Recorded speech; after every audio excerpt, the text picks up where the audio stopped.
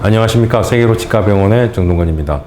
지난번에 있었던 DOTV에서 디오나비를 이용한 서지컬 가이드의 시술법에 대한 제 강의에 많은 분들이 격려와 또 전화를 많이 해주셔서 많은 감사 말씀드립니다.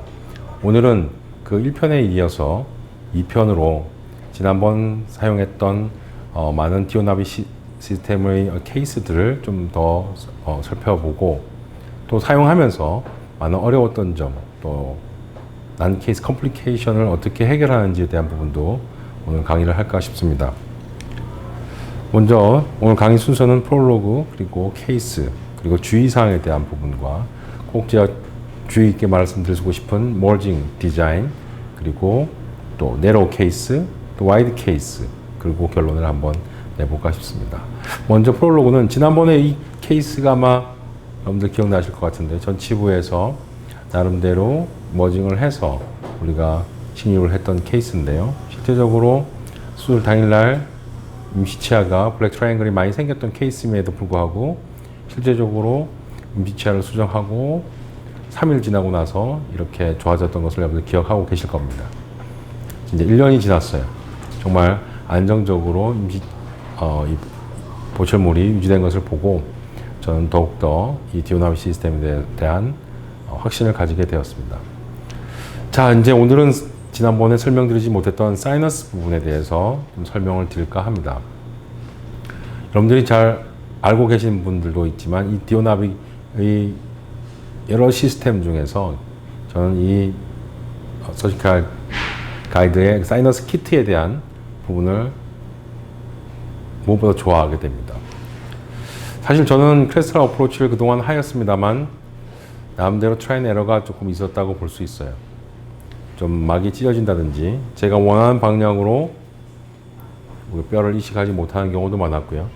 또 경우에 따라서는 너무 시간이 오래 걸린다든지 환자분들이 너무 힘들어한다든지 그런 부분들이 많았습니다.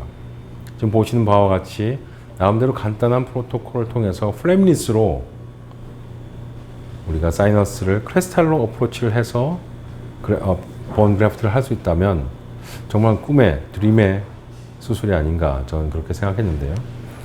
나름대로 이 드릴에 대한 여러 가지 길이와 형태를 잘 이해한다면 보다 안전하고 빠르고 편안하게 시술할 수 있지 않을까 저는 그렇게 생각합니다. 보시는 바와 같이 우리가 처음에 이니셜 드릴을 17mm로 되어 있는데요. 우리가 여러분들이 지난번에 강의 들었던 내용 중에서 기억나시는 것 중에 하나가 슬리브가 9mm 정도 높이를 갖고 있다는 것을 여러분들이 기억하고 계실 겁니다. 그러면 실제적으로 우리 9mm는 여기서 빼보면 우리가 얼마가 남죠? 8mm가 남습니다. 이 8mm를 가지고 남아있는 본의 길이 형태를 체크할 수 있게 되겠죠. 물론 우리가 징지바의 높이도 체크를 하게 되고 길이에 따라서 얼마만큼 본이 남아있는지 체크를 하게 되는데요. 약간 좀 보시면 17mm와 맨 끝에 날을 보면 0.5mm보다 약간 작은 길이가 있다는 것을 체크하시면 되겠습니다. 그 외에 우리가 3.2 직경에 가서는 17mm, 18mm, 19mm로 우리가 확장할 수가 있는데요. 실제적으로 이 19mm 드릴을 사용한다면 웬만한 그래프트는 다 크레스탈 어프로치로 접근할 수 있다는 것을 여러분들이 기억하시면 되겠습니다. 무엇보다도 저는 이 디오나비의 크레스탈 어프로치 사이너스 키트의 가장 좋은 점이 이 날이 둥글기 때문에 그리고 로우 스피드로 들어간다는 것과 포스 컨트롤이 된다는 것이 가장 마음에 드는 점이라고 생각할 수 있습니다. 그렇다 보니 더 신뢰가 쌓이고 안전하고 빠르게 시술을 할 수 있지 않나 그렇게 생각이 됩니다. 다음 우리가 또 볼 수 있는 부분이 이 플러그인데요. 본을 넣기도 하지만 실제적으로 멤브레인을 아주 메디알과 또 디스탈 그리고 라테랄과 메디알을 아주 균일하게 올릴 수 있는 부분이 제가 보기에는 이 컨덴서 플러그의 형태가 아닌가 생각됩니다.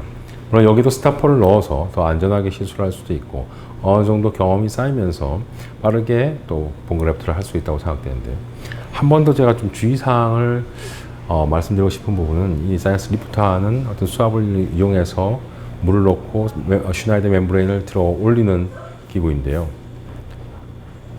제가 좀 놀랬던 것은 외국에 가든 또 주위에 있는 선후배 동료분들이 사용하는데 이것을 일회용으로 사용해야 되는데 소독을 해서 많이 사용하고 있는 것을 봤습니다. 사실 저 안에 있는 블러드라든지 여러 가지 교차 감염이 일어날 수 있는 위험이 있기 때문에 여러분들이 꼭 저는 이 부분을 일회용으로 쓰시고 다른 환자에게서는 새 것을 사용하기를 권해드리고 싶습니다. 그럼 자, 케이스 한번 볼까요? 사실 10번대의 사이너스 환자의 우측을 보면 앞부분에서는 우리가 사이너스 그래프트를 크레스럴 어프로치로 쉽게 할 수 있거나 또는 할 필요가 없을 수도 있겠지만 아주 대구치 부위에서는 조금 남아있는 부분이 작다고 볼 수 있죠. 실제적으로 계획되어 있는 부분을 보면서 어떻게 접근할 것인지 플래닝을 합니다.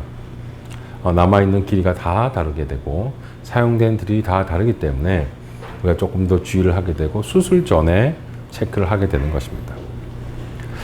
제가 1편을 다시 한번 돌려보기를 한다면 제가 체크해서 봤었을 때 그런 게 있죠. 디오나비 시스템의 제일 좋은 장점 중에 하나가 수술 전에 많은 공부를 하게 되고 체크를 하게 되고 리스크를 컨트롤할 수 있다는 것입니다. 그리고 수술할 때는 큰 신경 없이 아무 생각 없이 우리가 프로토콜대로 진행되는 것이 디오나비 서지컬 가이드의 가장 큰 장점이라고 저는 생각하는데요. 이렇게 시험 치기 전에 공부 열심히 하고요. 시험은 공부한 대로 그냥 치기만 하면 되는, 시험 칠 때 공부하는 것은 저는 아니라고 보기 때문에 수술을 좀 더 쉽게 하는 것이 환자나 술자에게 아주 좋은 거라고 생각됩니다. 여기 보시면 각각의 가이드 체크 과정에서 기존의 가이드가 잘 만들어졌는지, 오차가 없는지, 에러가 없는지를 체크하는 과정인데요. 저도 이제 1년 넘게, 2년 가까이 디오나비 시스템을 사용하면서 지금쯤에 와서 다시 한번 과거의 실수를 돌이켜보면 가장 후회가 되는 점이 이 서지컬 가이드 체크를 좀 더 꼼꼼하게 프로토콜을 가지고 했으면 어땠을까 하는 생각이 듭니다. 제가 초창기에 트라이 앤 에러가 좀 많았었는데요. 아무래도 시스템이 안정됐다, 불안정하다기보다는 제가 어떻게 보면 프로토콜을 더 놓치고 있지 않았나 생각이 듭니다. 그러다 보니 최근에 디오나비 시스템을 처음 접하는 원장님들이 이구동성으로 말씀하시는 부분이 생각했던 거하고 다르게 트라이 앤 에러가 있다. 그리고 러닝 커브가 있다. 결과가 어떤 경우는 잘 나오고 있는데 어떤 경우는 생각이 못 미친다. 이렇게 얘기하신 분들이 있습니다. 대부분 좀 깊은 대화를 통해서 보면 대부분 놓치고 있는 부분들이 좀 있습니다. 그 중에 하나가 이 가이드 체크가 아닌가 싶습니다. 서지컬 가이드가 우리가 정확하게 만들어졌다면 우리 이 부분에서 기본적으로 알고 있는 데이터가 있죠. 슬리브가 높이가 9mm라는 것과 그리고 사각동 하형까지 거리라든지 이런 부분들을 실제로 나와 있는 프로토콜과 비교해서 보면 지금 이 가이드가 오차가 있다 없다 하는 것을 충분히 알 수가 있고, 여러분들 다 알다시피 서지컬 가이드에는 윈도우가 있기 때문에 윈도우와 기존의 치아 또는 징지바, 잇몸, 치은과의 관계를 보고 유교 상태를 보면 우리가 높이를 더 체크할 수 있지 않나 그렇게 생각이 듭니다.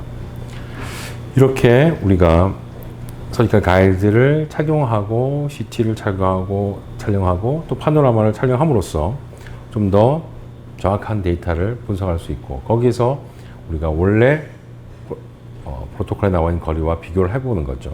그러면 거기서 플러스 마이너스를 함으로써 멤브레인을 좀 더 안전하게 우리가 거상할 수 있지 않을까 그렇게 생각됩니다. 자, 보면 여러분들도 보시다시피 아주 라테랄 메지알 아주 안전하게 좀 잘 들어간 것을 볼 수 있습니다. 사실 남아있는 부분이 워낙 적었기 때문에 이 부에서 보면 상당히 평소 같았으면 저에게는 좀 어려운 케이스가 아니었나 생각되는데요. 라테랄을 아마 열지 않았을까 그런 생각이 듭니다. 사이너스 라테랄을 열고 또 그래프트를 하고 상당히 오랜 기간 동안 이해법에 의해서 시술을 했을 케이스인데요. 디오나비 시스템 또 사이너스 키트의 도움으로 제가 편안하게 환자분도 너무나 만족스럽게 수술이 끝났던 케이스였던 것 같습니다. 이제 여러분들 보시면 이런 서지컬 가이드를 이용해서 한 케이스들의 임플란트를 파노라마 사진을 찍어보면 상당히 만족스럽다는 것을 알 수 있게 되겠죠. 그러면 일련의 과정을 동영상을 한번 보면서 여러분들 체크해 보겠습니다. 지금과 같이 좌우 폭을 충분히 눌러줘서 윈도우를 통해서 서지컬 가이드가 잘 들어가는지를 확인을 하고요. 지난번에 아마 제가 설명드렸을 겁니다. 여러분들 처음에 티슈 펀치라든지 본 플래티닝 드릴을 저는 좀 하이 스피드로 사용하는 편입니다. 로우 스피드로 사용해도 되는데 저는 시간을 좀 줄이고 싶을 경우에는 이렇게 하이 스피드를 이용해서 사용하고요. 그리고 우리가 포인트 드릴을 사용해서 우리가 어느 정도 인덴테이션을 줍니다. 코티칼 본을 살짝 뚫어주고요. 그런 다음 우리가 2mm부터 시작해서 어디까지 가죠? 2.7mm를 드릴링을 합니다. 2mm와 2.7mm 드릴을 사이너스 스타퍼를 이용해서 정확하게 들어가게 되면 다음에는 디오나비 서지컬 가이드 사이너스 키트의 가장 핵심이 되는 3.2 드릴에서 우리가 1mm 더 길게 드릴링을 하고 들어가면 이 3.2 드릴이 실제로 멤브레인을 찢어먹지 않고 사이너스를 안전하게 거상할 수 있는데요. 여러분들 보시다시피 우리 사이너스 리프트를 이용해서 셀라인을 이용해서 슈나이드 멤브레인을 거상하는데요. 저 동영상에도 나와 있습니다만 정말 저는 강한 압력을 사용하지 않기를 권장해 드립니다. 조금 정말 작은 힘으로 살짝 셀라인을 정확하게 원하는 CC만큼 넣고 아스피레이션 하고 2번 정도 함으로써 제가 보기에는 안전하게 그래프트를 할 수 있다고 생각해요. 지금 보시면 주사기를 이용해서 넣고 본 캐리어를 이용해서 안전하게 넣으면 편안하게 제가 보기에는 시술이 들어가지 않을까 생각이 됩니다. 사실 여러분들도 아마 그렇게 그런 경험을 해보셨을 거라고 생각되는데요. 크레스트 어프로치의 가장 힘든 중에 하나가 사이너스 특히 플레임스 같으면 더 그럴 거라고 생각되는데요. 뼈를 넣는 과정이 너무 시간이 오래 걸린다고 볼 수 있죠. 저 같은 경우는 퍼티본을 이용해서 살짝 슈나이드 멤브레인을 더 들어 올려놓고 우리가 본 컨덴서를 이용해서 다져 넣게 되면 우리가 플레임리스를 통해서도 이렇게 편하고 빠르게 사이너스 그래프트를 하고 임플란트를 식립하는 모습을 볼 수 있습니다.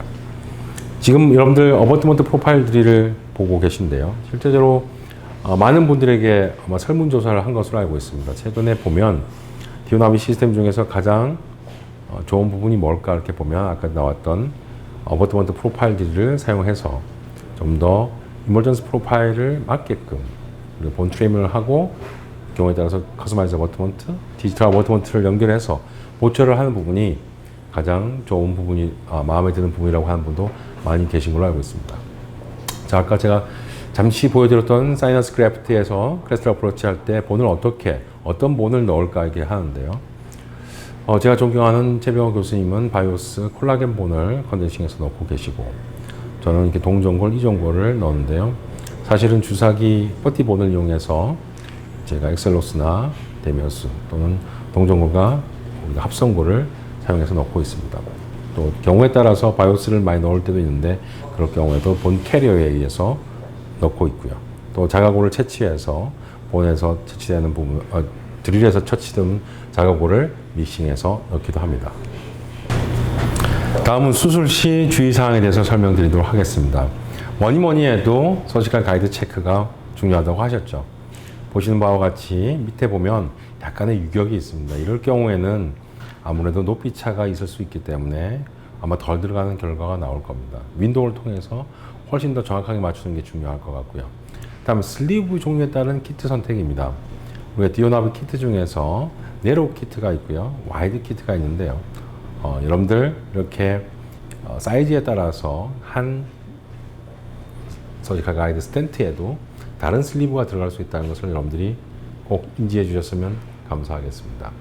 저도 처음에는 이 부분이 좀 어려웠었는데요. 스텝들과 같이 러닝 커브를 지나고 나서는 훨씬 더 익숙해지고 실수가 하지 않게 되고 여기는 참 네로우 픽처가 들어가야 되는구나, 여기는 와이드한 픽처가 들어가야 되는구나 라는 걸 알게 되는 것 같습니다.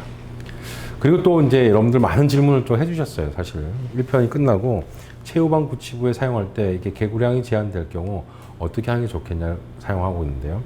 사실 이런 테크닉은 좀 난이도가 높은 테크닉이라 아직 여러분들에게 사용될 수 없는 부분인데요. 슬리브에서도 옆을 패스를 수정할 수 있는 기능이 있는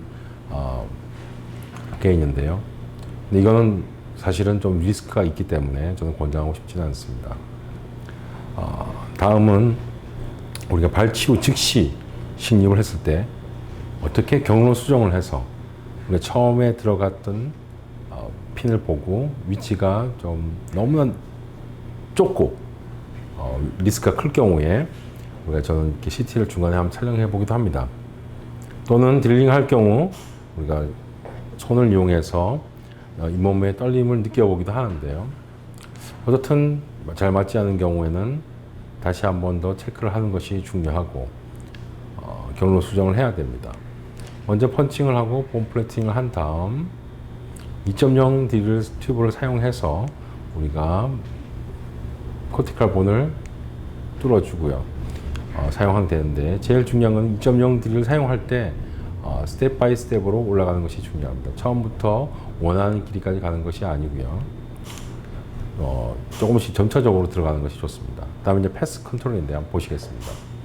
발치 후 즉시 때 여러분들 같이 발치하고 나면 루트 형태가 전치부든 구치부든 우리가 볼 때 일정하지 않은 경우가 있습니다. 원하는 방향과 다르게 루트가 형성되어 있을 경우가 있죠. 그러면 지금과 같이 슬리브가 얹어지고 거기에 우리가 형태를 연결한 다음 2.0, 11.5 드릴링을 해야 됩니다. 근데 처음부터 2.0에 11.0 드릴을 하면 이렇게 저속 드릴링 할 경우 미끄러질 경우가 있습니다. 드릴 튜브와 드릴 사이에는 약간의 유격이 있기 때문에 그 유격을 타고 미끄러질 수가 있는 거죠. 그러면 이럴 때는 고속 드릴링이 필요할 수가 있습니다. 그런데 처음부터 11.5 드릴을 이렇게 다 해준다면 충분한 이리게이션을 하셔야 됩니다. 그렇지 않으면 본 히팅이 일어날 수 있기 때문에 드릴링 하기 전부터 안에 우리가 셀라인을 식염수를 충분히 넣어두고 블리딩을 유도한 상태에서 시술하는 것이 더 안전하다고 볼 수 있죠. 그런 다음 2007 11.5를 슬리브 컨택 없이 이렇게 패스를 결정하게 됩니다. 어떻습니까? 미끄러지기가 쉽지 않겠습니까? 그래서 이럴 경우 2.7에서 여러분들이 정말 중요하게 생각하는 것은 처음부터 11.5 드릴링을 사용하는 것이 아닙니다. 8.5 드릴링을 하고 그 다음에 10mm 드릴링을 하고 그 다음에 마지막으로 11.5 드릴링을 하게 된다면 점차적으로 우리가 들어가기 때문에 슬립 컨택되는 부위까지 타고가 들어감으로써 안전하게 우리가 원하는 방향으로 들어갈 수 있다는 것입니다. 여러분들 이 점을 꼭 명심하시기 바랍니다. 대부분의 원장님들이 이 부분을 간과하기 때문에 처음부터 11.5를 2.0에서 2.7로 넘어가면서 유격도 크지 않습니까? 0.7이나 되는 부분에서 슬립에 컨택 없이 미끄러져 들어간다면 분명한 에러가 있을 거라고 생각됩니다. 그리고 3.0부터도 순차 길이별 딜링을 하신 게, 그리고 3.2 마찬가지로 3.8 이렇게 될 것 같습니다. 다음에 무치아 케이스에서 보면 픽스 핀을 이용해서 우리가 고정을 하고 패스를 본다면 훨씬 더 안정스럽게 시술을 할 수 있습니다. 다음을 보면 여러분들이 꼭 지켜야 될 주의사항에 대해서 설명드릴 건데요. 먼저 스캔에 대한 부분에 대해서 먼저 설명드린다면 인전면이 이렇게 덜 나온 경우에 상당한 에러가 나올 수 있습니다. 스캔을 할 경우 특히 인전면 하방 언더컷 부분에서 스캔을 잘 할 수 있도록 좀 여러분들이 주의를 주는 것이 좋고요. 다음 전치부가 이렇게 중첩되는 경우가 있습니다. 여러분들 스캔을 하다 보면 좌우로 이렇게 들어갈 때 약간 중첩이 된다면 우리가 서지컬 가이드가 잘 들어가지 않습니다. 그럴 경우 다시 스캔을 하는 게 중요하고요. 바이트 오류가 날 수 있습니다. 바이트가 너무 뜬 경우에 우리가 나중에 보철물 이미트로 오딩을 한 경우에도 문제가 될 수 있기 때문에 바이트 오류에 대한 부분도 체크를 하시는 게 좋습니다. 그리고 뭐 하악의 레트로몰라 패드라든지 상악의 막실의 투브러스티 같은 부위가 덜 나온 경우가 있습니다. 이런 경우에는 실제적으로 나중에 보철물을 디자인할 때 어려움이 있습니다. 그래서 꼭 나와야 될 부분을 정확하게 스캔을 하는 것이 중요하게 되고요. 그러니까 상악의 아치, 하악의 아치, 그리고 바이트가 정확하게 물릴 수 있도록 스캔을 해주시면 지금과 같이 녹색으로만 정합이 잘 되어 있는 것을 볼 수 있고, 이런 경우는 거의 수술이 정확도가 높다고 볼 수 있습니다. 그리고 정확한 스캔이 잘 된 케이스를 보면 가이드 형태도 아주 안정스럽게 우리가 만들 수 있고요. 흔들린 CT를 보면 사실은 제가 많이 놀랐던 부분이 있는데요. 최근에 대만에 가서 좀 원장님과 대화를 하면서 느꼈는데요. 전 세계에서 많은 국가에서 서지컬 가이드 디오나비를 사용하고 있는데, 그래서 이제 제가 가서 많은 임상적인 거와 학문적으로 교류를 하고 있습니다. 근데 뭐 메르스 때문에 많은 부분들이 좀 힘들어하고 있을 텐데요. 제가 지난주에 대만에 갔었는데 정말 비행기 안에 많은 분들이 안 계시고 제 몇몇만 비행기를 타고 간 적이 있습니다. 그렇게 간 대만에서 제가 놀랬던 것은 잘 정확하게 사용하지를 못하는 부분이 있어서 왜 그런가 봤더니 CT를 스텝이 너무 정확하게 찍지를 못하고 있었던 부분입니다. 환자가 움직여도 환자에게 정확하게 CT 촬영에 대해서 권유를 못하고 있었던 거죠. 이미 CT가 흔들려서 찍히게 되면 정합도 잘 안 될 뿐만 아니라 정합이 된다 해도 정확도가 상당히 떨어진다고 볼 수 있을 것 같습니다. 정확히 찍힌 CT는 흔들림도 없고, 경우에 따라서 우리가 머징을 하고 나면 잇몸 형태까지 정확하게, 뼈는 물론이고 정확하게 데이터를 확인할 수 있는 것이죠. 그 다음에 여러분들은 이제 최근에 스캔 바디를 많이 사용할 것입니다. 이제 디지털이라고 하면 가장 기본적인 발걸음은 H 스캔 바디를 사용함으로써 임프레션 커핑 없이 정확하게 임플란트 위치를 우리가 재현해내는 것이 가장 디지털 임플란톨로지의 기본이라고 볼 수 있는데요. 우리 스캔 바디의 가장 기본적인 세각을 잘 나타내야 되는데요. 이 세각이 잘 나오지 않는 경우는 실제적으로 결과에 많은 오차를 준다고 볼 수 있습니다. 그뿐만 아니라 너무 스캔 바디가 낮게 체결되어 있으면 이 또한 정확도가 떨어지기 때문에 여러분들이 너무 스텝에게만 이런 부분을 맡기지 마시고 어느 정도 확인을 하는, 그리고 컨펌을 주는 과정을 거쳐야 된다고 생각됩니다. 보통 이 세 번째 이 부분 많은 스텝들이 많이 느끼시는 건데요. 우리가 좀 깊게 심는 경향이 많은 치과에서는 이렇게 힐링 어버트먼트나 에지 스캔 바디들이 체결이 안 된 상태로 스캔이 진행되기도 합니다. 그렇게 되면 나중에 핵사각이 돌아가 있다든지 조금의 높이의 오차가 많기 때문에 꼭 엑스레이를 통해서 다 들어간지를 확인 후에 스캔을 진행하는 것이 무엇보다도 중요할 것 같습니다. 자, 이제 네 번째인데요. 무엇보다 중요한 부분이라고 생각할 수 있는 부분인데요. 머징 하는 부분과 거기에 대한 디자인 하는 부분입니다. 자, 여러분들 디지털 어버트먼트 많이 들어보셨나요? 최근에 보험까지 적용될 수 있는 어버트먼트로서 디지털 임플란톨로지에 있어서 가장 앞서가 있는 어버트먼트가 아닌가 저는 생각을 합니다. 사실 이 디지털 어버트먼트가 나오면서 제 임상에서는 많은 편함을 느끼는데요. 그동안 커스터마이즈 어버트먼트에 많이 디펜던시 의존도가 있었다면 지금은 이미 라이브러리화 되어 있는 이 디지털 어버트먼트에 대해서 너무 임상적으로 만족을 하고 있습니다. 왜 그런가 하면 아무리 디지털 우리가 인트라오랄 스캐너가 좋다 할지라도 결국은 마진에 대한 체크가 중요한데요. 저는 이 마진 체크하면 떠오르는 것이 코드 넣는 것입니다. 코드를 넣는 것 자체가 환자나 술자 모든 스텝에게 많은 스트레스를 준다는 것을 이미 알고 있죠. 그래서 저는 사실 제 임상에서 코드를 안 넣고 정확한 마진을 체득할 수 있는 방법이 있다면 그것이 얼마나 좋을까 생각을 했는데요. 그런 측면에서 보면 이 디지털 어버트먼트는 저한테 많은 꿈을 준 어버트먼트라고 생각할 수 있습니다. 상하 형태의 많은 디자인이 있기 때문에 제가 환자에 꼭 필요한 디자인을 선택할 수 있고요. 많은 라이브러리에서도 불러와서 체크할 수 있기 때문에 플래닝과 디자인 할 때 우리가 체크할 수 있는 것 같습니다. 많은 부분이 있어 처음에는 조금 체크하는데 힘들 수 있습니다만 우리가 숄더 뎁스를 갖고 있는 마진과 그 다음에 마테라킹이 되어 있는 부분을 통해서 정확하게 스캔을 하면 마진을 스캔하는 것 필요도 없이 우리가 이 어버트먼트의 형태를 정확하게 알 수 있고 거기에 따라서 임플란트 위치를 정확하게 알 수 있기 때문에 이게 H스캔 바디의 역할도 할 뿐만 아니라 힐링 어버트먼트 역할도 하고요.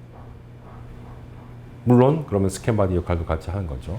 그리고 템포러리 어버트먼트 역할도 할 뿐만 아니라 파이널 어버트먼트까지도 될 수 있기 때문에 경우에 따라서는 징지바 형태가 변한다 하면 여러분들은 어버트먼트 형태를 바꾸어서 다른 라이브러리에서 보고 형태로 갖고 올 수도 있기 때문에 커스터마이즈 어버트먼트는 잇몸 형태가 변하게 되면 사실 거기에 뭔가 프랩이 더해진다든지 손이 가게 됩니다. 그러면 다시 모지운을 할 수가 없고 코드를 넣어야 되지 않겠습니까?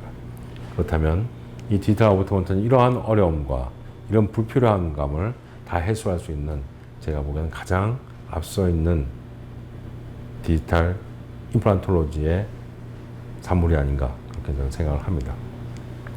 자 보시면 대구치 모든 특징이 있습니다. 힐링 캡이 들어가서 프로텍션을 하기 때문에 프로텍션 캡이 들어올 수 있도록 락킹 그루브가 있다는 것을 여러분들 알 수 있고 그리고 보다 더 스캔이 잘 되도록 우리가 보면 표면이 마진 쪽과 위에 상부가 다르다는 것을 알 수 있습니다.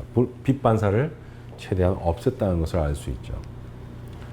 실제로 이렇게 보면 이렇게 마진을 그렇게 정확하게 볼 필요가 없습니다. 그러면 우리 형태에 따라서 어버트먼트가 재현이 되고 거기에 따라서 임플란트 위치, 포지션이 다 나오게 됩니다.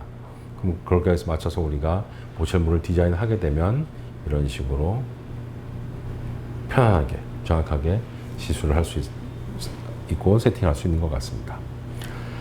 다음은 여러분들이 또 궁금해하는 네로우와 최근에 출시돼서 많은 호응을 받고 있는 와이드 키트에 대해서 설명을 드릴 건데요. 오늘 보시면 기존 네로우 슬리브와 와이드 슬리브 키트가 다르다는 것을 알 수 있습니다. 물론 마스터 키트에서 다 같이 사용할 수도 있겠지만 경우가 케이스가 그렇게 많지 않는 경우도 있기 때문에 그 특별한 경우에만 사용한다면 훨씬 더 편하게 사용할 수 있지 않나 그렇게 생각을 할 수 있습니다. 자 여기 보시면 전치부에 상하기든 하하기든 보면 여러분들이 측절치에 식립할 때 워낙 리치가 좁아서 리치 스플릿 테크닉을 쓸까? 아니면 여기 아주 가는 임플란트를 직경이 가는 임플란트를 사용할까? 여러분들 고민하게 될 것인데요. 저 같은 경우에는 퍼스트 초이스로는 직경이 가는 임플란트를 초이스합니다. 물론 그런 것도 힘들 경우에는 GBR을 하거나 리치 스플릿을 하기도 하는데요. 최근에 케이스에서 보면 워낙 정밀하게 시술이 기어나비 시스템을 신뢰할 수 있기 때문에 보다 더 플랫미스로 시술을 하지 않나 그런 생각이 듭니다. 자 보시면 먼저 서지컬 가이드 체크를 하게 되죠. 여러분들 보시면 어떻습니까? 훨씬 더 정밀하게 체크를 한 다음 저 사이에 플랫미스로 들어가게 되면 늘 최병원 교수님께서도 주장하시고 강의를 하실 때 보면 강조하는 부분이 이 플랫리스로 이 몸이 페리오스팀이 방해가 되지 않는다면 이렇게 얇게 남아있는 버칼본도 흡수되지 않고 상당히 오랜 기간 동안 유지된다고 하셨습니다.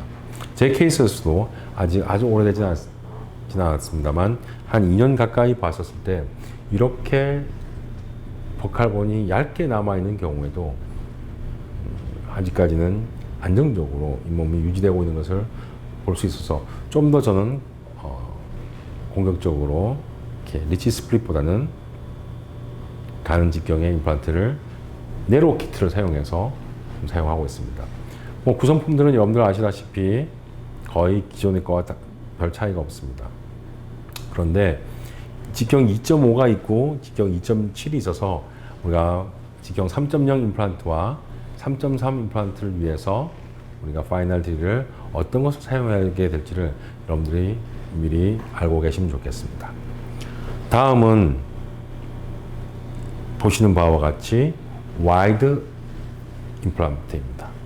와이드 임플란트는 직경이 큰, 제가 알기로는 5.5 이상의 픽처를 사용할 때 와이드 키트를 사용하게 되는데요.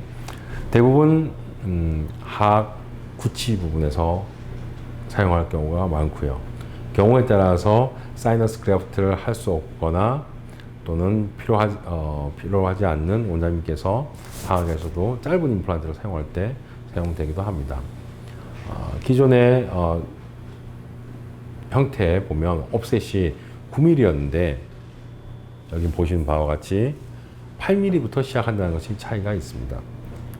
그만큼 구치부는 마우스 오프닝 리미테이션이 있기 때문에 여러분들이 슬리브가 더 낮게 위치된다는 것을 알 수 있고요. 거기에 옵셋을 우리가 1.5 정도 준다면 9.5 형태로 갈 수도 있습니다. 그래서 여러분들이 9.5 하면 여러분들이 보지 못했던 숫자이기 때문에 당황할 수가 있는데요. 그럴 필요 없이 이것은 와이드 키트에서는 다르게 들어간다고 생각하시면 됩니다. 자, 서지컬 가이드 체크할 때를 보시면 어떻습니까? 레귤러 사이즈의 슬리브는 여러분들 눈에 이제 익죠. 근데 와이드는 가이드 체크할 때 훨씬 크다는 것을 여러분들이 알 수 있습니다. 그리고 우리가 안전하게 와이드와 레귤러를 동시에 식립할 수 있는 것입니다. 자, 제품 구성품을 보면 똑같이 티슈 펀치가 있고요. 여러분들이 좋아하시는 본 플래팅 드릴이 있습니다. 보시면 좀 차이가 나는 것은 눈금을 보시면 8mm, 9.5mm, 11mm 이렇게 옵셋에 따라 다를 수가 있다는 것을 여러분들이 꼭 명심하고요. 지난번 강의에서도 제가 누차 강조 드렸습니다만 그 이후에 전화 문의를 오신 분들의 얘기가 이 8mm, 9mm 이 눈금, 본 플래팅 드릴이 얼마만큼 중요한지에 대한 부분을 간과하신 분들이 많이 계셨습니다. 저는 본 플래팅 드릴이 이 서지컬 가이드의 스타트에 해당되고 우리가 티슈 펀치를 하고 나면 좀 남아있는 짐지바가 있을 수 있습니다. 이 본 플래팅 드릴을 좀 충분히 함으로써 남아있는 치운 조직도 제거할 수가 있고 뼈도 평평하게 할 수 있습니다. 그래서 본 플래팅 드릴을 누구보다도 좀 더 안전하게 잘 사용하는 게 좋지 않을까 그렇게 생각이 됩니다. 자, 보시면 눈금이 보면 8mm와 9.5mm 이렇게 나와 있기 때문에 여러분들이 보시고 저 부분에 대해서 숙지를 하시면 좋을 것 같습니다. 본 플래팅 프로파일 드릴 자체가 사실은 경우에 따라서 너무나 이니셜 토크가 많이 걸릴 수 있기 때문에 저렇게 프로파일 드릴을 사용함으로써 보다 안전하게 임플란트가 초기 신임 토크가 나올 수 있도록 하는 것이 좋습니다. 자, 무엇보다도 커넥터에 대한 얘기를 제가 한 번 더 함으로써 제 강의의 이제 마지막 형태로 좀 정리를 할 것 같은데요. 네로우 커넥터든 와이드 커넥터든 이 커넥터는 소모품이라는 것을 여러분들이 꼭 기억하시기 바랍니다. 제 생각에는 한 50번 정도 사용하면 새 커넥터로 바꾸는 것이 좋은데요. 왜냐하면 밑에서는 픽처를 잡아주고요. 위에서는 라쳇이 들어갑니다. 두 군데 다 마모를 조금씩은 갖게 되는데요. 아무래도 이미디어트 로딩을 하시는 분들이 많다 보니까 초기 심리 토크를 좀 올리려고 하다 보니 이 커넥터에서 마모가 좀 있습니다. 근데 이런 부분을 놓치고 우리가 너무 계속해서 사용한다면 픽처 내부에서 헥사가 무너지는 부분이 있을 수 있다는 것을 여러분들이 꼭 기억하시고요. 특히 네로 같은 경우는 더 쉽게 일어날 수 있다는 것을 여러분 기억하시고 와이드 같은 경우도 너무 과한 토크를 처음에 시작할 때 주지 않도록 하는 것이 무엇보다 중요할 것 같습니다. 마찬가지로 우리가 아웃원트 프로파일 드릴도 네로와 와이드를 이용해서 경우에 따라서는 이머전스 프로파일을 좀 좁게 내거나 많이 낼 때 여러분들이 이 부분을 잘 사용하시길 바라겠습니다.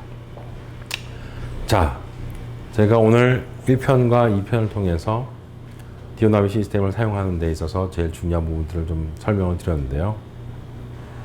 여러 가지 기억이 나시겠지만 한 가지 돌려보면서 여러분들이 체크를 하시게 된다면 러닝 커브를 지나고 나서는 훨씬 더 여러분들이 많은 케이스에서 디오나비 시스템을 사용할 거라고 저는 믿어 의심치 않습니다.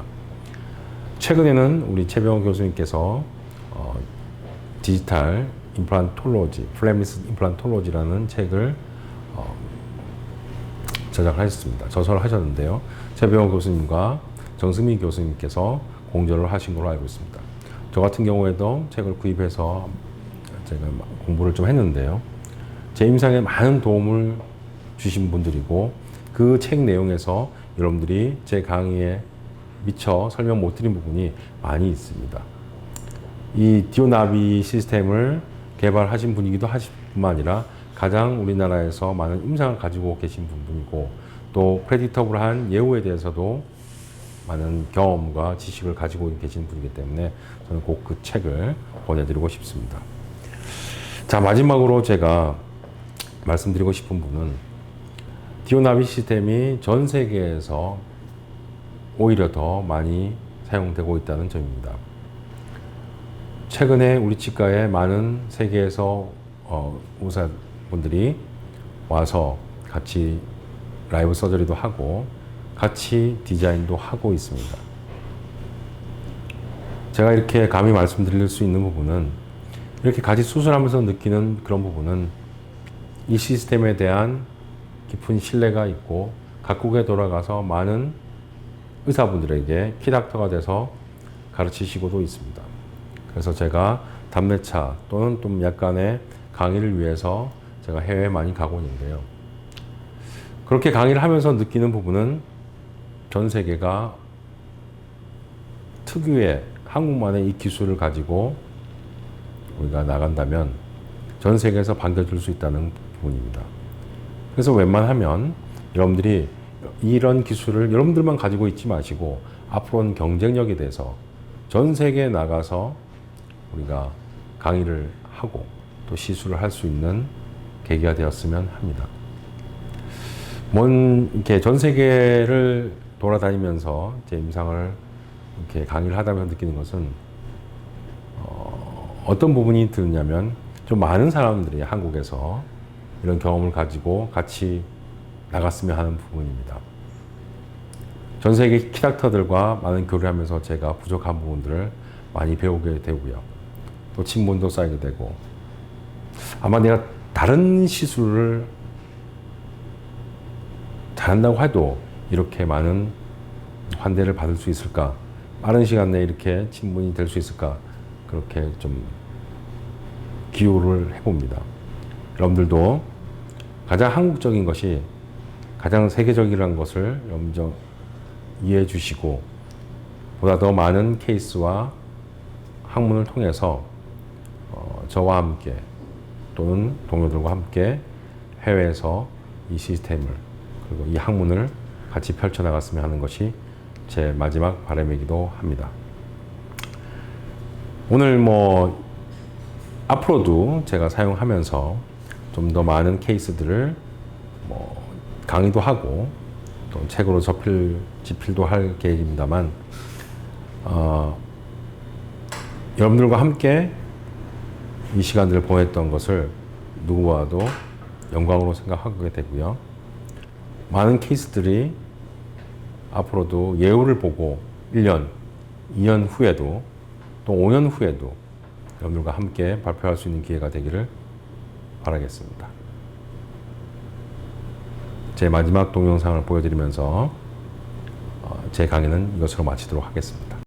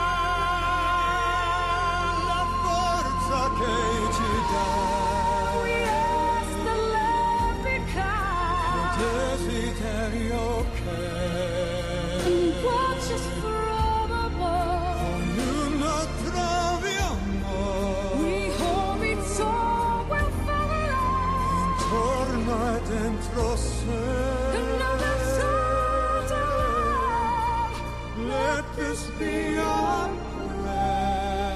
Let this be our prayer. Just like every child. Just like every child. Need to find a place. Guide us with your grace. Give us faith so